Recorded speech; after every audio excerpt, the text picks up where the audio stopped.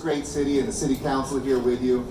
I love being one of the 88 mayors, and I count all 5 of the supervisors, so we actually have 93 mayors because of unincorporated areas.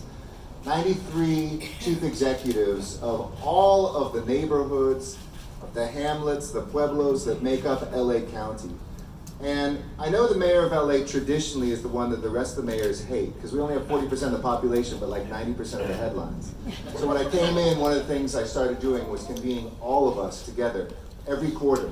We were just in South Pasadena. And it is remarkable to see, not just in this county of 10 million people, but in this region of 19 million people, the extraordinary leadership that we draw from. Most towns only have 1 council and 1 mayor. We have dozens of them, and that gives us the expertise, the background, the experience. And Tim, you really distinguish yourself as a mayor among mayors, and so thank you for you and the city of Pomona for hosting us here today. I'm so honored to be with my fellow elected officials.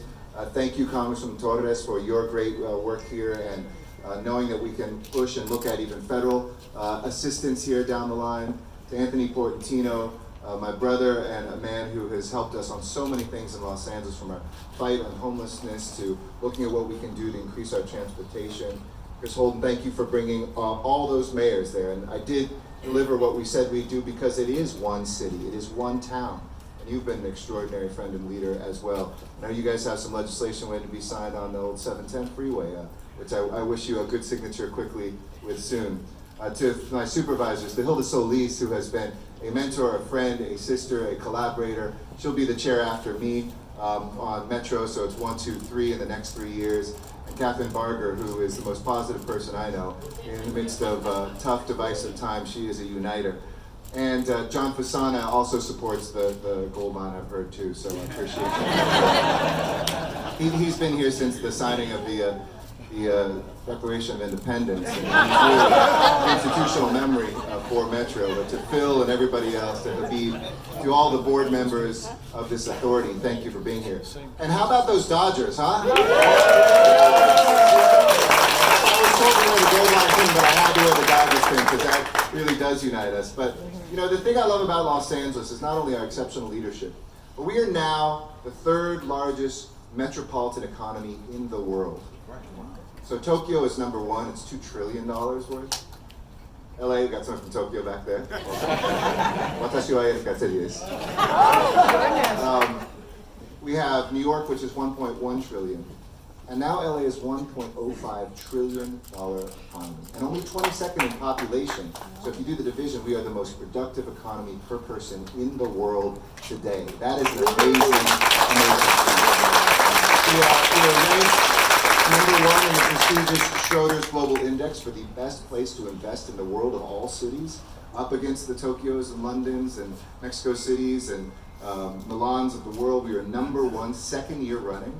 We've got this amazing 9-year stretch.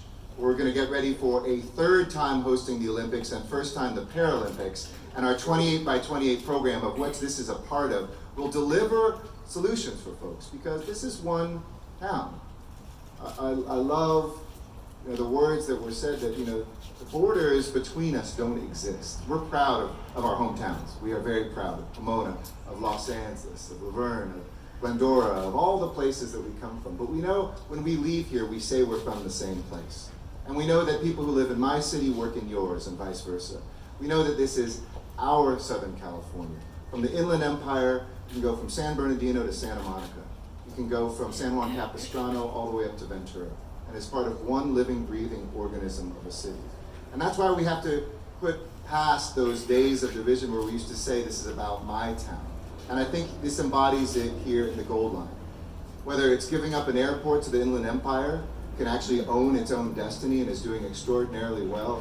Thank you, Paul, to you and the entire folks who are running the Ontario Airport that we used to own, but when asked why we had to own it, I said, I don't know. Let's make a deal and let's make that happen so you can control that destiny.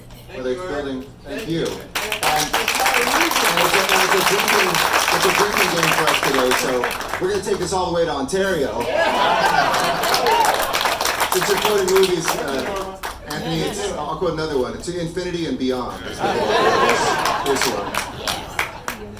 Or whether it's looking at the way we come together on things like aerospace or air quality, or the ports of LA and Long Beach. I was just 2 days ago for Clean Air Day. And driving out here, you see still our challenges. Even though we don't have stage 3 smog alerts, it's still the dirtiest air in the nation. That's our children. These are our families. This is our economy. These are our fairgrounds. These are our sports teams, from Inglewood to Los Angeles to everywhere. So when we think about ourselves as one team, we can produce as one team.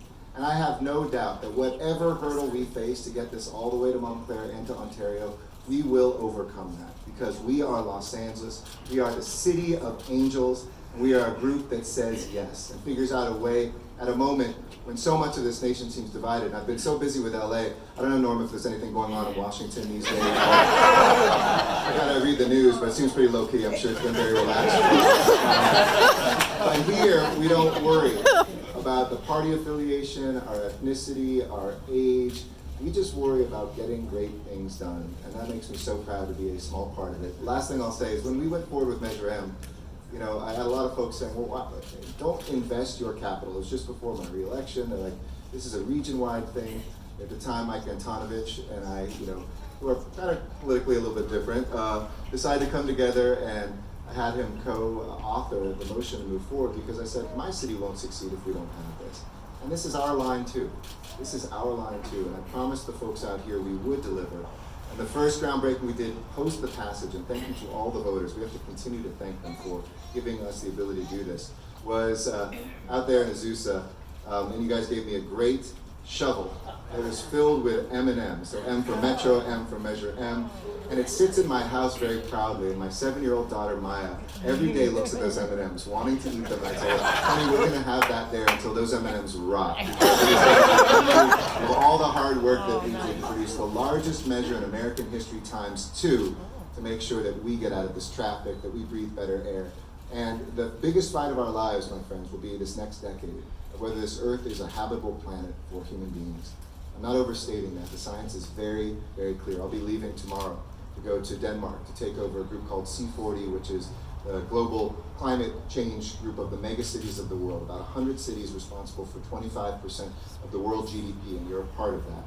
And we are the ones taking action, because if we don't take action with projects like this today, who cares about how many miles we have, how many budgets we have, if we have forest fires that we're fighting every single year? Who cares if our neighborhoods are underwater in places like Venice with rising sea tides? So this is part of that fight. We will get this job done, and thank you to this Sea of Angels in this City of Angels for making it real. Congratulations, everybody. Onward to Ontario.